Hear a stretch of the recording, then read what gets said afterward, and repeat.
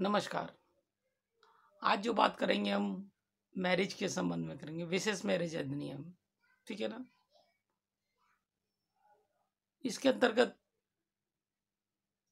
जैसे कि हमारे यहाँ बहुत सारे धर्म के लोग रहते हैं, मुसलमान, ईसाई, यहूदी, पारसी व अन्य भी की तरह के धर्म हैं जो हिंदुस्तान के, बौद्ध है ना, सिख्स और भी तरह के। सिख्स और बौद्ध तो हिंदुओं में आते हैं, बाकी और भी तरह के धर्म रहते हैं, यहूदी, फारसी, ठीक है ना, पारसी, ठीक ना, ठीक है ना। तो बहुत तरह के लोग हैं हमारे यहाँ, मुसलमान भी हैं, बहुत तरह के धर्म के लोग रहते हैं जो मतलब हिंदू नहीं है, ठीक है ना, जो हिंदू नहीं है, ठीक है।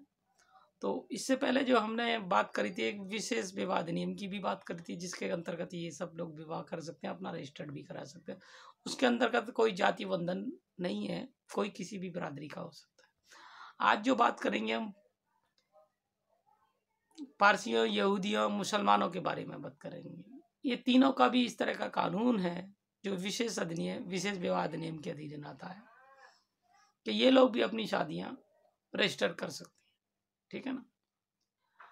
अब बहुत सारे लोग हैं जो अपनी शादियां रजिस्टर कराते हैं, ठीक है ना।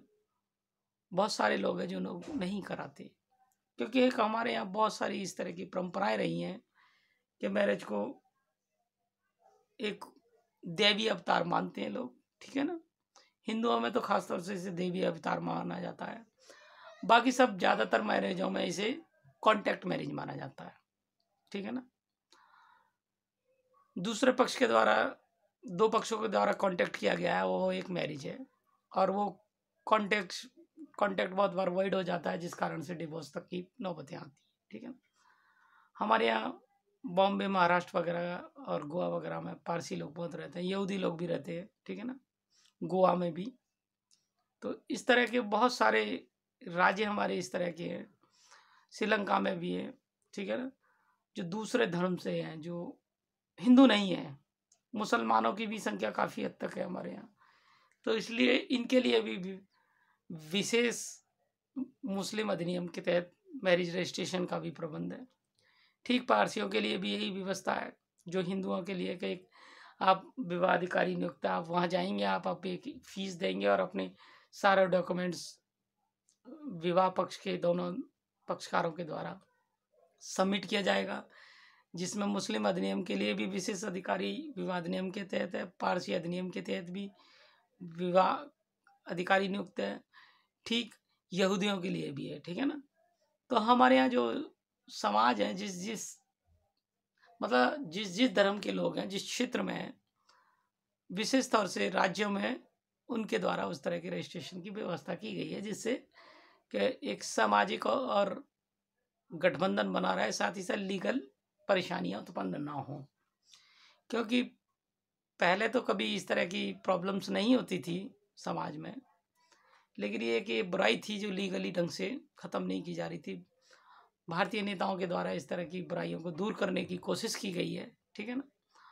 और उन सब के अधीन ये पूरे भारतीय जनमानस को लाया गया है कि जो वो किसी भी धर्म का सही, किसी भी जिस धर्म का भी हमारे यहाँ हिंदुस्तान के अधीन जो निवास करता है, जो भारतीय नागरिक है, उसे वह सब कानूनी पहलू उपलब्ध कराए जाएं, जिससे कि कानून लीगलिटी की कोई समस्या उत्पन्न ना हो।